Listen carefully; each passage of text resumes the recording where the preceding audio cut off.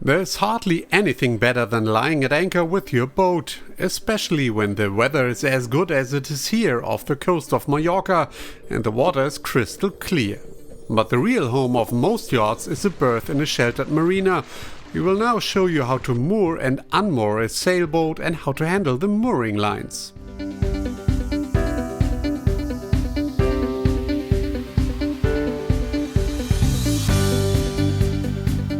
So now, we want to get the boat ready to depart.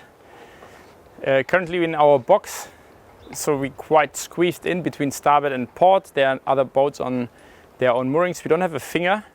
The mooring situation is as follows. We have our stern land lines, two, one starboard and one port, and we have a spring in the stern as well. In the bow, we have our two mooring lines, which we could bring up by our lead lines or pilot lines. For departure, we prepared the boat. So we have checked all our fenders are okay, engine is running. We have a boat hook just in case. Don't forget to disconnect the power cable. We will first loosen our spring lines, and then we're going to start to loosen the leeward lines, as the whole boat is hanging because we have wind from starboard, in this case on the starboard lines. So we don't need the leeward lines, we're only going to keep the windward lines to keep the boat in position. Once this is done, we could put the boat into forward, having still the aft line or the land line connected. Make sure to have your bow thruster ready. And then release on the bow, make sure the lines sink to the bottom before we depart so we don't get them in the prop. Put the boat back into neutral, release the stern line. Once the stern line is out of the region where the prop could suck it in, we can then put it in forward. We're going to make sure that we have the helm in a neutral position or amidship.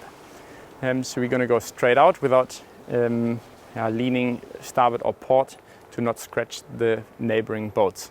If we see we're going to go too much to starboard or to port, like in this case the wind pushing the bow to port, we can use the bow thruster to push the bow against the wind into the starboard direction. And once we cleared the lines from the neighboring boats, the mooring lines, which aren't going down in a straight line, they're going to go down in an angle. So we're going to make sure we're clearing those to not get them in the rudder or in our prop. This is really important, so do not get tangled up in the mooring lines of the other boats. Another tip, look at the wind from time to time before and during the maneuvers to see where it is taking you. Then you can counter it in time. Once free, we can then, in our case, decide to go for a swim in Illetas. And once we're back, we're going to prepare the boat to go back to the mooring again.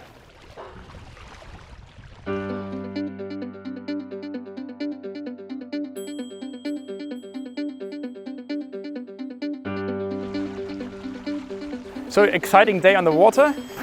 We have short crew, we just have one person preparing the boat to get back into the mooring. As we've seen on departure, the mooring is quite tight, so we're going to need to squeeze us in. That's why we prepared some extra fenders on our starboard and port beam. In this case, we have ball fenders to just protect our neighbors. And we're going to need the fenders to really squeeze open the gap where the boat's going to go. Make sure once more that the bow thruster is in standby and ready to help. And keep an eye on the wind. The boat is facing with the stern to the wind, so we're not going to try to play or get the wind too much chance to grab or get hold of our bow. We're driving in astern and we're heading to our mooring. The wind in this case is coming from our starboard side, so I'm aiming at the neighboring mooring, which is one mooring upwind, or at least half of the mooring. So I have some room to play with, because if I'm getting too high, I can just pause, give the wind some time to push us downwind. If I'm already starting too far downwind, I have not many options than to abandon and restart the whole thing again. On this boat we have propeller, which in reverse pulls our stern to the starboard side. So it's a left rotating propeller.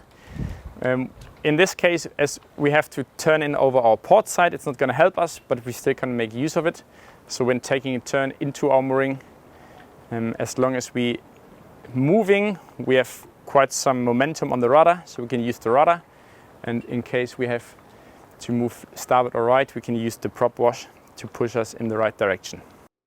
There is strength in quietness. You don't have to accelerate much to keep the mass of the yacht moving in the right direction. Only in strong crosswinds and without a neighboring yacht should you accelerate a bit more. Give the many tons of boats time to move to make room for your yacht. You will only make a mess here with brute force. This means that you have to put the throttle in neutral from time to time to avoid going too fast. Lines are ready, fenders are ready. In this case, the lines were already preset on the dock, so we don't need our own lines on the boat. That makes it a bit easier. First line to put on is our starboard aft line. So the stern is already secured. We're going to take the windward line, which is in this case our starboard line. And as soon as we have this windward starboard line, we can put the boat into forward and just take over and position the boat, having it in forward so it stays in a good position, not touching too much the starboard and the port boat, and not especially hitting the pier in the back. It gives us a lot of time. It's a resting position where the boat can't go anywhere else. Then we pick up our windward lead line, which is going to lift us the mooring line up and attach the mooring line on the bow. Do not forget to use gloves. Once at the bow, you need a little bit of strength. Pull the mooring line tight and keep it taut to keep the yacht from drifting aft against the pier. Tighten it, and as soon as we have this set, we can stop the engine or put it back to neutral and then stop the engine. What you can see, we have the bathing platform folded up because that's one of the biggest damages or insurance cases. People having the bathing platform down when entering the mooring or maneuvering the boat, and it's quite a fragile installation, so keep it up until you're in the mooring, and once you settled in, keep the right distance before lowering the bathing platform down to then step off on the pier. It's port line on, port line stern line on, and the boat is securely fixed. Take your time to pull the second pilot line for the mooring line on the other side of the boat forward and attach it on the foredeck as well. As you can see, handling the mooring lines isn't that difficult, and in the next episode we'll show you how to easily moor and cast off alongside a pier and how you can help yourself using a spring.